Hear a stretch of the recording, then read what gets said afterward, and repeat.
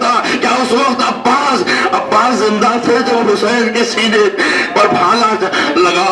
اس وقت عباس زندہ تھے تو کہا ام البنین آپ کے سارے بچے کربلا میں کام آ گئے، آپ کے بیٹے عباس پہلے شہید ہوئے، اس کے بعد حسین کے گلے پہ خنجر چلا۔ بشیر کہتا ہے ام البنین کربلا کے میدان میں سب شہید ہوئے، شہادت عباس کی خصوصیت یہ ہے کہ جب بھی کوئی شہید گھوڑے سے زمین پر آیا ہے تو ہاتھوں کے سہارے زمین پہ پہنچا، لیکن ام البنین تمہارا ابا ایسے گھوڑے سے زمین پر آیا، ہاتھ قلم ہو چکے تھے، سینے کے بل ابا زمین پہ پہنچے۔ روح فاطمہ نے دامن پھیلا کے کہا ہوگا میرے میری آغوش میں آ جا، میرے عباس میری آغوش میں آ جا۔